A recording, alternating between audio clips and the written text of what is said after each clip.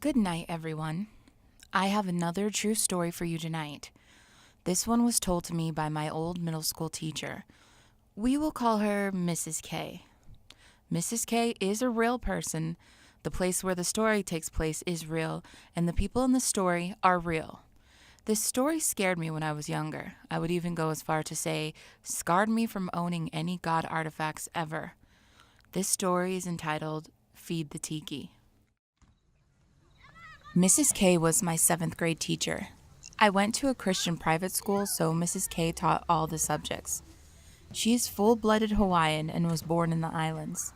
She would try to teach us some Hawaiian words and phrases. The one I remember the most is Pehea which I think is like a greeting, where the other person would then respond with mai kaino.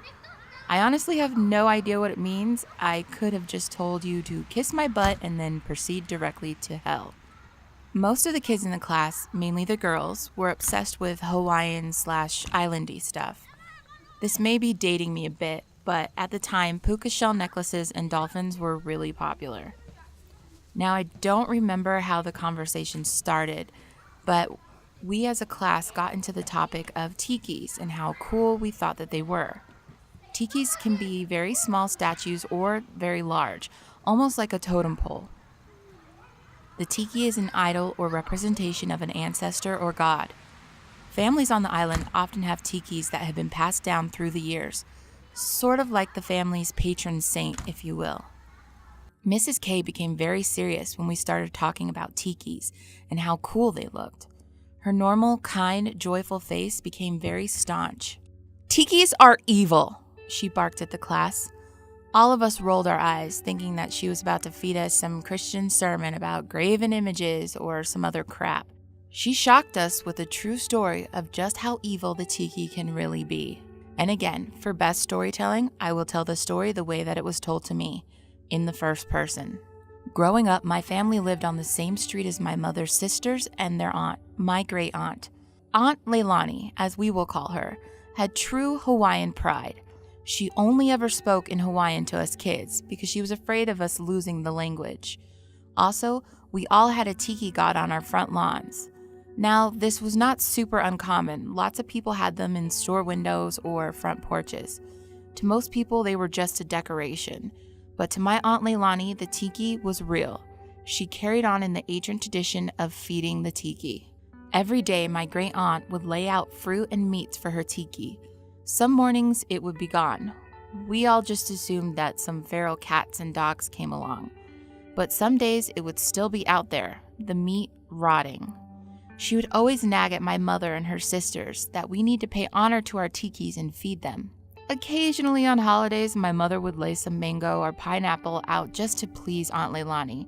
She would nag all of us about how you should never anger the tiki, that the tiki needs to be worshipped. No one ever took her seriously. I was about 12 or 13 when it happened. Aunt Leilani was doing her morning ritual of feeding the tiki when she somehow slipped off her porch and twisted her ankle. Luckily, my mom's sisters hadn't left for work yet and heard Aunt Leilani screaming from 2 houses down. One of my aunts rushed her to the hospital. Even though she was in tremendous pain, she kept telling my aunt to please feed the tiki. For the sake of not starting an argument and to calm her, my aunt agreed to feed the damn tiki. Aunt Leilani was told by the doctors to not put any weight on her foot and needed to stay down with her foot elevated for a few days. We knew she could not stay in her house by herself, so my aunts were trying to figure out who she could stay with. My house was the obvious choice because there were no steps and the driveway did not have an incline, so Aunt Leilani could be easily wheeled in and out if necessary. However, Aunt Leilani refused to stay with anyone. She knew how we all felt about her stupid ritual of feeding the tiki. She was extremely upset the day she came home from the hospital to see that the offering she was bringing out to the tiki was still scattered on the porch from where she fell. She screamed at all of us. Because Aunt Leilani was so stubborn, all of my mother's aunts and I had to take turns checking on her. My aunts would go before work and I would have to come by after school. Every morning like clockwork, Leilani would ask her nieces to prepare food for the tiki. My aunts would roll their eyes and condescendingly say, "Oh yeah, sure, we're feeding that Tiki." They all thought it was a huge waste of food, so my aunts would actually take the Tiki portions home and eat them themselves. Aunt Leilani started to feel a little better after a week and can get around a little bit on crutches, at least to get up and go to the bathroom on her own. One morning, I guess we all had the same thought that Leilani was okay by herself for a while, and so my aunts did not check on her before work, which I did not know, and I thought hanging out with my friends would be more fun than checking on an old crazy lady after school. No one had seen Aunt Leilani since the day before. When I went home, my mother asked how Leilani was. I lied.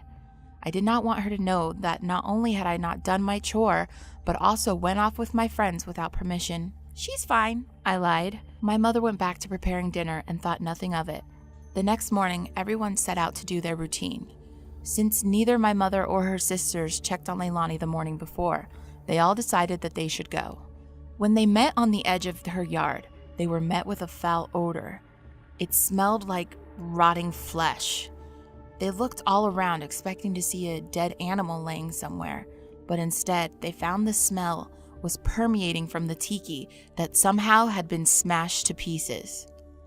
Panic arose in all of their hearts as they ran as fast as they could to the house. When they got to the front door, it was locked. When my aunts finally got it open, they were pummeled with that same terrible odor that was coming from the Tiki. My mother vomited on the porch. She couldn't help it.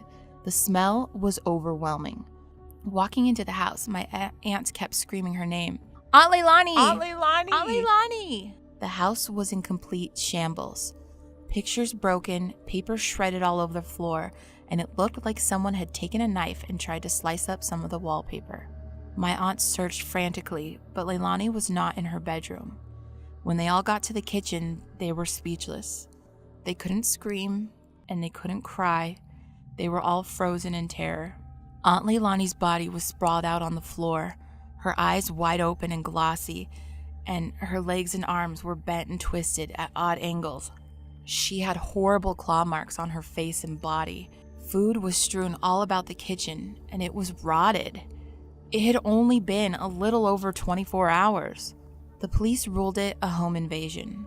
They said the attackers broke in thinking no one was home and became violent when Leilani confronted them. However, the windows were shut, the doors were locked, and nothing seemed to be missing or stolen. And besides, Leilani had a twisted ankle and was nearly 70 years old. She wasn't confronting anyone. And what was their explanation for that smell? That afternoon, all of my family members threw out their house tikis, as did many of our friends and neighbors. After the funeral, no one ever talked about the Tiki again. We scoffed and shook our heads at the howly tourist, oohing and ahhing over Tiki souvenirs. Tikis are evil. Owning a Tiki is an ancient tradition, and many island cultures have similar statues. They are not souvenirs. They are not toys. Mrs. K's story really bothered me. It's a scary story where someone actually dies in the end. Needless to say, I added Tikis to my list of symbols and artifacts that I refuse to own. So now I leave it up to you. Did Mrs. K's family anger the Tiki and it sought revenge on its owner? Or were the police right? Was it just a fatal home invasion? Is this story true or false?